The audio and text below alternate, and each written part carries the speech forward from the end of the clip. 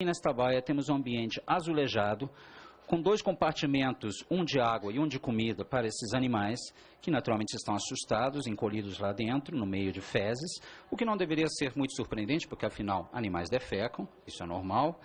Mas percebam que um ambiente desse, azulejado, talvez fácil para a limpeza, ele é tremendamente hostil ao convívio sadio e ao bem-estar de um animal. Todos nós sabemos que um animal, uma vez que ele urine naquele recinto azulejado, ele vai escorregar e patinar naquele ambiente sem chegar a lugar algum.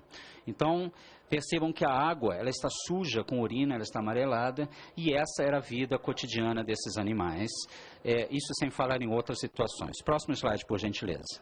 Aqui temos também a aproximação de pessoas desses animais. Os beagles, esses cães, eles são escolhidos pela comunidade científica justamente porque são dóceis e são pouco resistentes à intervenção humana, logo, são muito fáceis de serem agarrados, serem sujeitos a cirurgias, serem sujeitos à deglutição de substâncias cáusticas, venenosas e de diversas naturezas. Próximo, por gentileza. E não somente o Instituto Royal trabalhava com cães, mas também com coelhos e roedores, seja camundongos, seja ratos. Próximo slide. Muito bem, o Instituto Royal era uma organização que até hoje eu tenho dificuldade de classificá-la como canil ou uma instituição de pesquisa, que ela tinha seus registros o óbito de animais em grande quantidade. Aqui temos apenas um pequeno exemplo do óbito de 22 cães, que na sua descrição, na descrição do documento, são colocados como 22 cães que vieram a óbito, e essa expressão, uma expressão muito vaga, porque quando dizemos vieram a óbito não significa que eles morreram de causas naturais ou de forma espontânea, mas eles podem também terem sido levados a óbito. Então, animais morriam com grande frequência nesse instituto. Próximo slide. Normalmente, esses animais de um laboratório que se supõe oferecer animais íntegros e com boa saúde para experimentação científica, eles devem ser, claro, apresentados e oferecidos da forma mais pura possível, mais saudável possível. Também temos em nosso poder uma série de exames coproparasitológicos, ou seja, exame de fezes desses animais, mostrando que eles normalmente, em grande quantidade, estavam infectados, seja por leveduras, nematóides, uma espécie de lombriga, vírus, e vários outros patógenos protozoários, como giardia, apresentando naturalmente todas as consequências dessas infecções. Esses animais também, como eram sujeitos a diversas experimentações, sempre mantidas em sigilo pela sociedade civil, mesmo após o resgate dos 178 beagles, eles apresentavam indicativos de processos cancerígenos na próstata, como aqui temos nível de PSA, que é um antígeno indicativo dessa condição em nível muito alto. Esses animais apresentavam sangue oculto nas fezes, e esses animais também tinham o hábito muito frequente de consumir, de comer as fezes um dos outros mediante o estresse a que eles eram submetidos em cativeiro por toda uma vida miserável, como já fica claro. Próximo slide, por gentileza. Esse tipo de conclusão de que os animais eles apresentavam patologias e eram maltratados, ele veio a ser comprovado por veterinários logo após o resgate desses animais.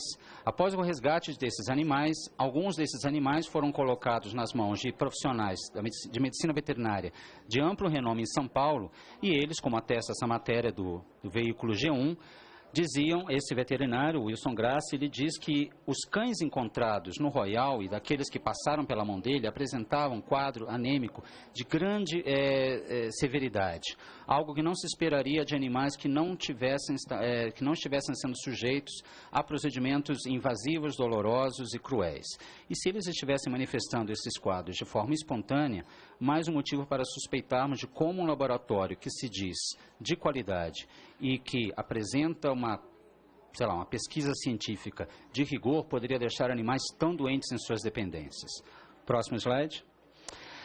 Percebam que o Instituto Royal, ele sempre disse em todos os veículos, na forma dos seus representantes, principalmente na sua gerente de operações, a doutora Silvia Ortiz, que o Instituto Royal ele não fazia experimentação científica, mas passou a fazê-los apenas por volta do ano de 2012 ou algo em torno disso. Temos aqui um documento interno de 2006, onde no seu primeiro parágrafo, repito, Este relatório visa atender às necessidades do estabelecimento de estratégias através da avaliação da situação do canil de São Roque, no que concerne ao objetivo único de garantir a qualidade dos cães para estudos em 2007.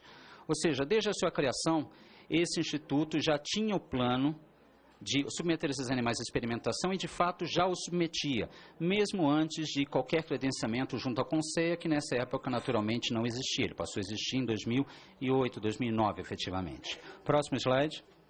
Aqui temos mais um documento que atesta exatamente a mesma coisa. A criação de cães vem aumentando com finalidade de atender estudos toxicológicos. Novamente, friso que esse é um documento de 2007, um documento interno da organização.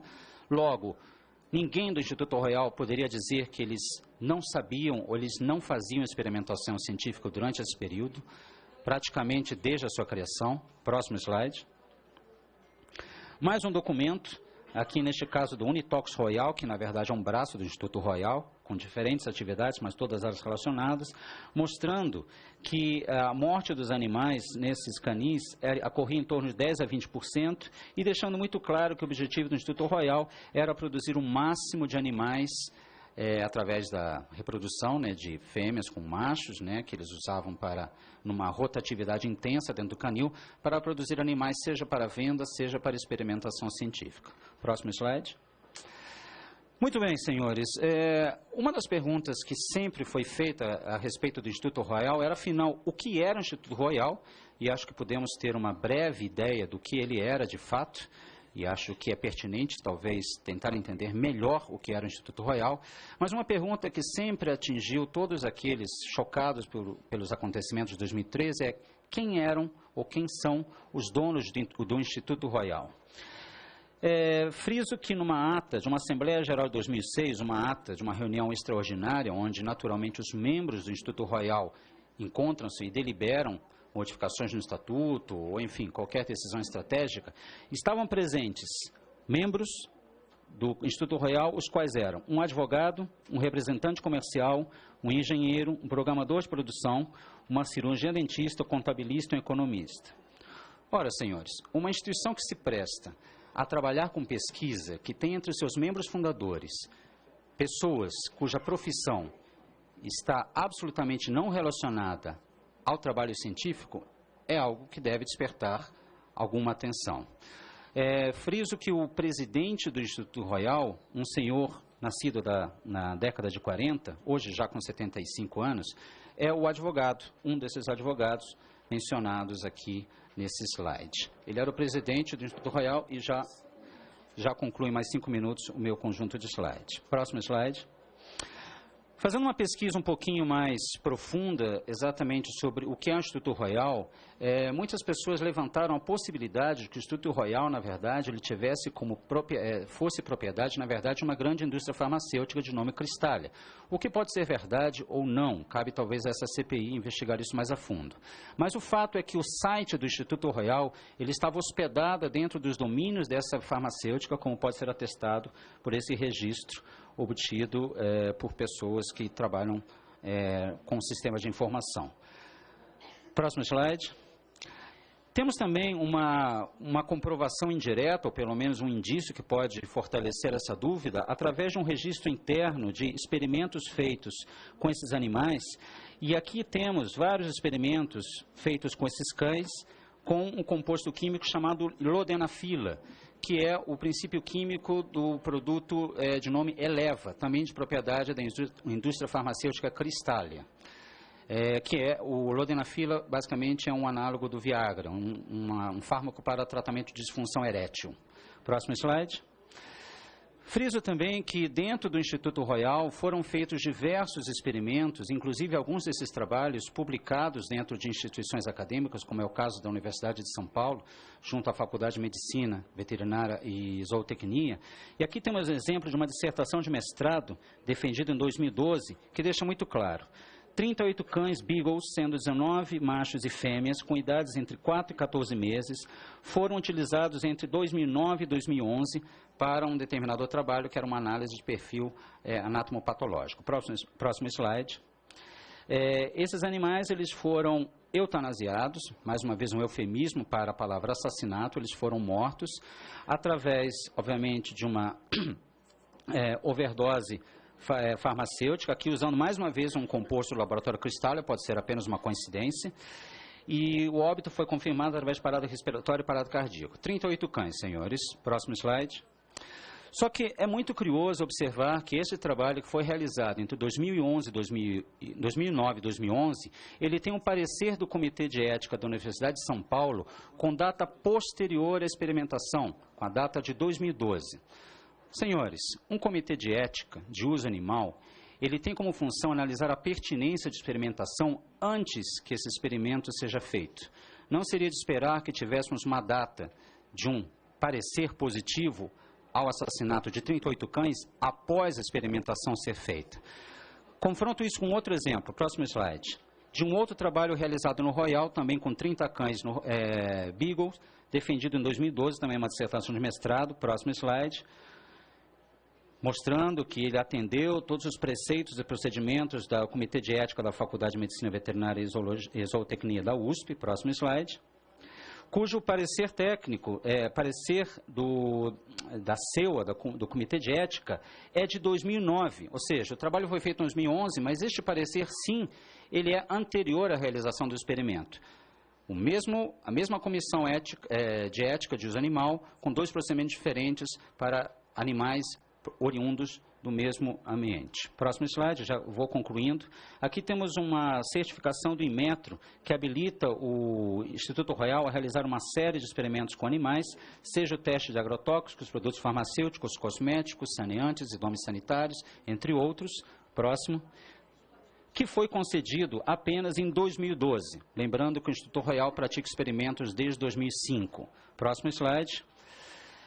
Lembro que, e talvez possamos deixar isso mais tarde para uma discussão, que toda essa questão do uso de animais na experimentação científica transcende o caso do Instituto Royal. Temos hoje, segundo o CONSEI, aproximadamente 521 estabelecimentos no Brasil que criam e fazem experimentações científicas no Brasil, dentre os quais muitos deles podem estar praticando algo parecido, talvez muito pior que o Instituto Royal. O Royal é apenas a ponta do iceberg de um procedimento que está recheado de falta de transparência, recursos públicos e milhões de animais que estão sendo submetidos a processos dolorosos e cruéis que invariavelmente os levam à morte. Eu teria muito mais coisas a dizer, mas acredito que eu me estenderia demais no tempo, a menos que seja desejo da mesa. Deixo a decisão com o presidente.